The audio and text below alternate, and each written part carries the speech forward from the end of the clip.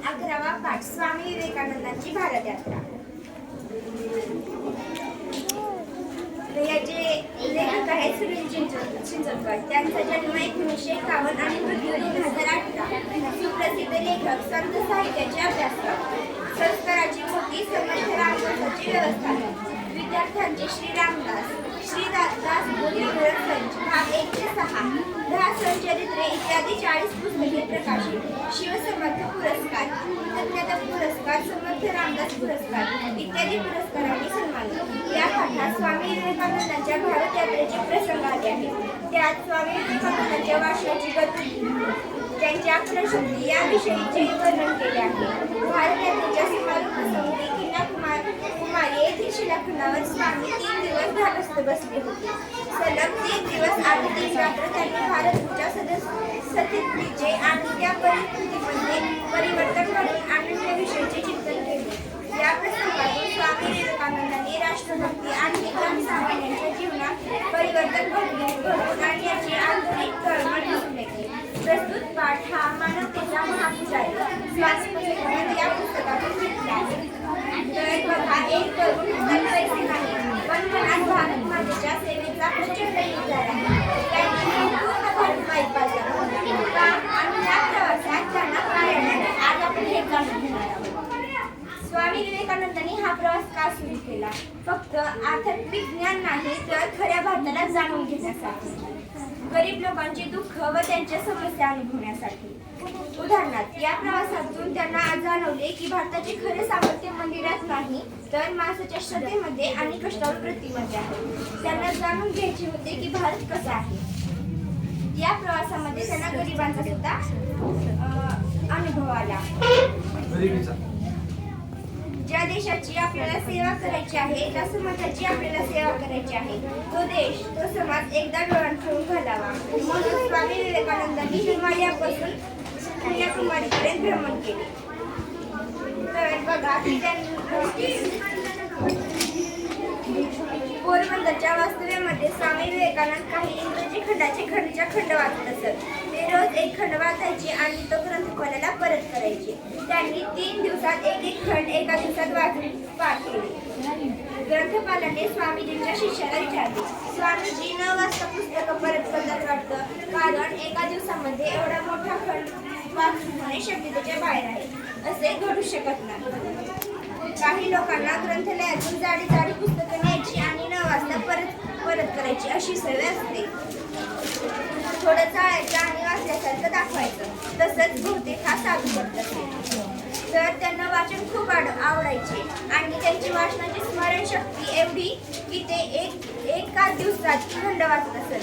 त्यांनी 3 खंड एका दिवसात वाचून पूर्ण केले। बघा, आता आपल्याला मध्ये पुस्तकं देत होते, आपल्याला एक पुस्तक वाचण्यासाठी किती दिवस लागले होते, तर त्यांनी तेवढा मोठा खंड एका दिवसात वाचून पूर्ण केलेला। आणि त्या ग्रंथपालाला वाटले की हा साधू फक्त वाचल्यासारखं करतो आणि वाचणे हे मोठा ग्रंथ एवढा वाचू शकत नाही, ते शक्यतेच्या बाहेर आहे, असं त्या ग्रंथपालाला म्हणायचे होते।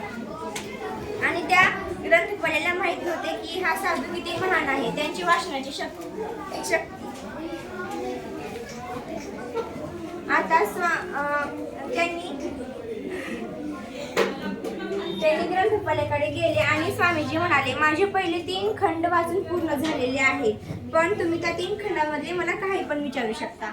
आता स्वामीजींनी आव्हान दिल्यामुळे ग्रंथपालांनी विचार केला की हे जाणून घेऊया की ते किती प्रामाणिक आहेत। ग्रंथपालाने स्वामीजींना त्या 3 खंडातले उभे आडवे प्रश्न विचारले। तो जे प्रश्न विचारायचा त्याचे उत्तर ज्या पानावर असायचे ते अर्धे पान स्वामीजी कंठस्थ सांगायचे। हे पाहून त्या ग्रंथपालाने सांगितले, हे मानवी कक्षेच्या बाहेरचे खांब आहे। बघा, स्वामीजींचा त्यांच्यावर पूर्ण विश्वास होता, कारण की त्याने जे प्रश्न विचारले स्वामीजी त्याचे उत्तर सुद्धा द्यायचे, कोणताही प्रश्न असो।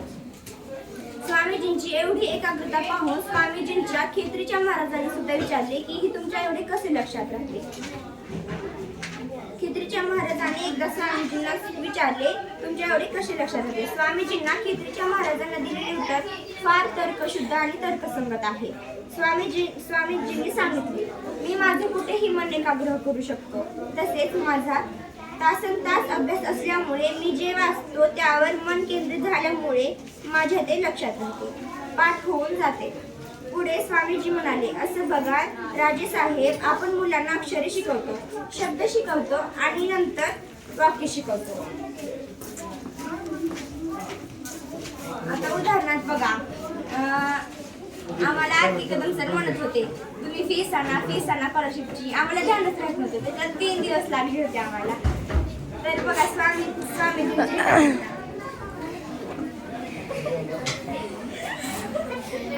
पुढे जर प्रयत्न केला आपल्या मनाची, बुद्धीची आणि नियंत्रणाची शक्ती आणि विकसित करू शकतो, तर आपल्याला एकदम परिच्छेद वाचता येईल. मी ग्रंथाचे परिच्छेद एका दृष्टिक्षेपात वाचतो.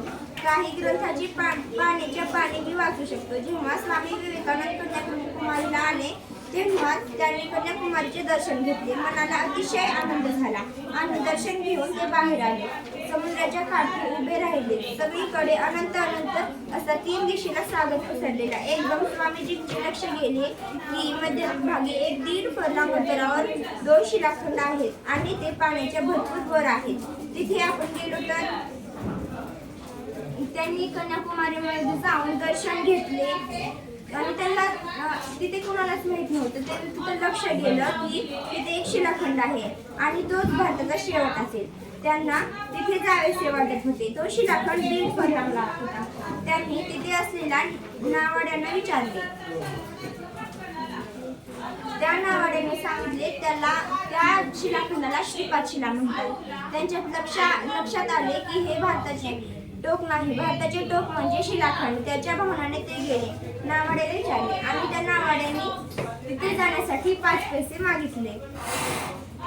स्वामी विवेकानंदांनी स्वतःचा विचार न करता समुद्रामध्ये उडी मारली आणि त्यांना माहित नव्हतं की त्या समुद्रामध्ये शार्क मासे आहेत, डॉल्फिन मासे आहेत आणि ते शार्क मासेचा जबडा कसा असतो, जसे हातीच्या सुळे तसे त्यांचे दात.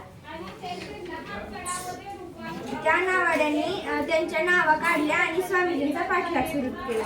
हा संन्यासी सामान्य मनुष्य नाही, असे अद्वितीय शक्तीला मनुष्य आहे. ते थांबले आणि मग स्वामीजी तिथे पोहोचल्यावर मग त्या नावाड्यांना चिंता होऊ लागली. हे कुठे अडकले, त्यांना काही झाले तर करा. मग स्वामीजी तिथे पोहोचल्यानंतर त्यांनी त्या नावाड्यांना सांगितले की मी तिथे 3 दिवस आणि 3 रात्री राहणार आहे. मग त्या नावाड्यांना भीती वाटू लागली आणि त्याने म्हणाले की आम्ही तुम्हाला काही खायला आणावं का, काही करावे का म्हणून.